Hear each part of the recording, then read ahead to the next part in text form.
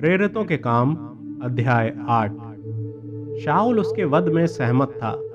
उसी दिन यरूशलेम की कलीसिया पर बड़ा उपद्रव आरंभ हुआ और प्रेरितों को छोड़ सब के सब यहूदिया और सामरिया देशों में तितर-बितर हो गए। कुछ भक्तों ने स्तिफनुस को कब्र में रखा और उसके लिए बड़ा विलाप किया।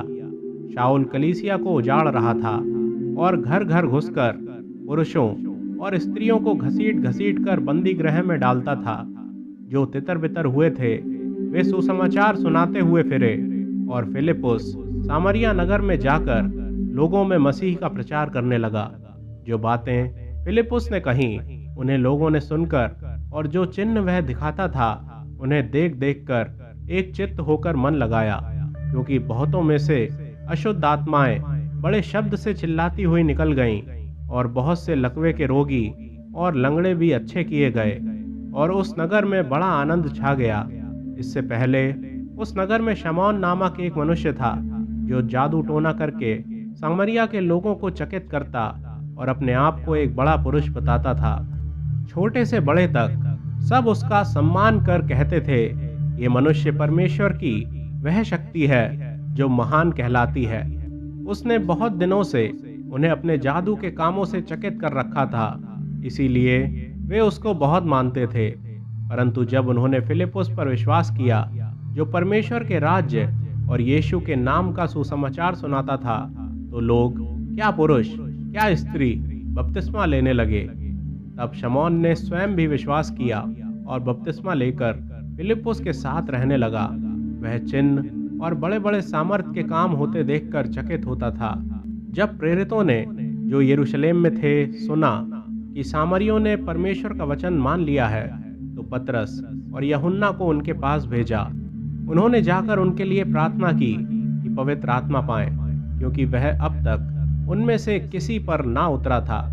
उन्होंने तो केवल प्रभु यीशु के नाम में बपतिस्मा लिया था। तब उन्होंने उन पर हाथ रखे और उन्होंने पवित्र आत्मा पाया। जब शमौन ने देखा कि प्रेरितों के हाथ रखने से पवित्र आत्मा दिया जाता है, तो उनके पास रुपए लाकर कहा, यह अधिकार मुझे भी दो कि जिस किसी पर हाथ रखूं वह पवित्र आत्मा पाए। पतरस ने उससे कहा, तेरे रुपए तेरे साथ नष्ट हों, क्योंकि तूने परमेश्वर का दान रुपयों से मोल लेने का विचार किया। इस बात में ना तेरा हिस्सा है ना भाग, क्योंकि तेरा मन परमेश्वर के आगे सीधा नहीं।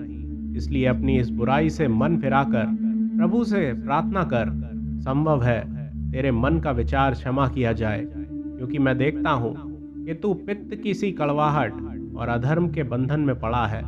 शमौन ने उत्तर दिया, तुम मेरे लिए प्रभु से प्रार्थना करो कि जो बातें तुमने कहीं उनमें से कोई मुझ पर ना आ पड़े।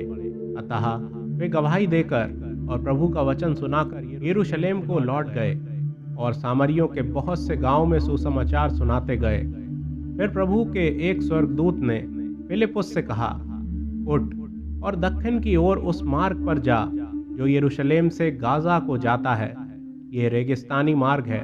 वह उठकर चल दिया और देखो, कूश देश का एक मनुष्य आ रहा था जो खोजा और कूशियों की रानी कंदाके का मंत्री और खजांची था। वह आराधना करने को यरूशलेम आया था।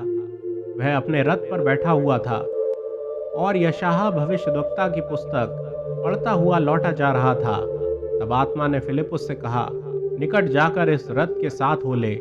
फिलिपुस उसकी ओर दौड़ा और उसे यशायाह भविष्यद्वक्ता की पुस्तक पढ़ते हुए सुना और पूछा, तू जो पढ़ रहा है क्या उसे समझता भी है? उसने कहा, जब तक कोई मुझे ना समझाए तो मैं कैसे समझूं? और उसने फिलिपुस से विनती की कि वह चढ़कर उसके पास बैठे। पवित्र शास्त्र का जो अध्याय वह पढ़ रहा था वह यह था, वह भेड़ के समान वध होने को पहुंचाया गया, और जैसा मेमना अपने ऊन कतरने वालों के सामने चुपचाप रहता है, वैसे ही उसने भी अपना मुंह ना खोला। उसकी दीनता में उसका न्याय नहीं होने पाया। उसके समय के लोगों का वर्णन कौन करेगा, क्योंकि पृथ्वी से उसका प्राण उठा लिया जाता है।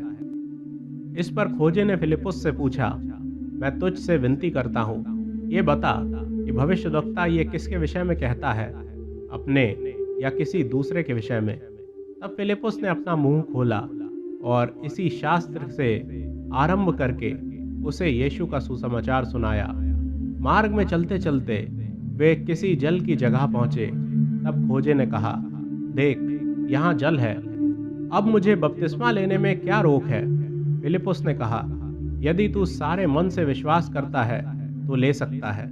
उसने उत्तर दिया, मैं विश्वास करता हूँ कि यीशु मसीह परमेश्वर का पुत्र है। तब उसने रथ खड़ा करने की आज्ञा दी और फिलिपुस और खोजा दोनों जल में उतर पड़े और उसने खोजा को बपतिस्मा दिया। जब वे जल में से निकलकर ऊपर आए तो प्रभु का आत्मा फिलिपुस को उठा ले गया और खोजे ने उसे फिर ना देखा और वह आनंद करता हुआ अपने मार्ग पर चला गया। फिलिपुस अशदोद में आ निकला और जब तक कैसरिया में ना पहुंचा तब तक नगर नगर सुसमाचार सुनाता गया।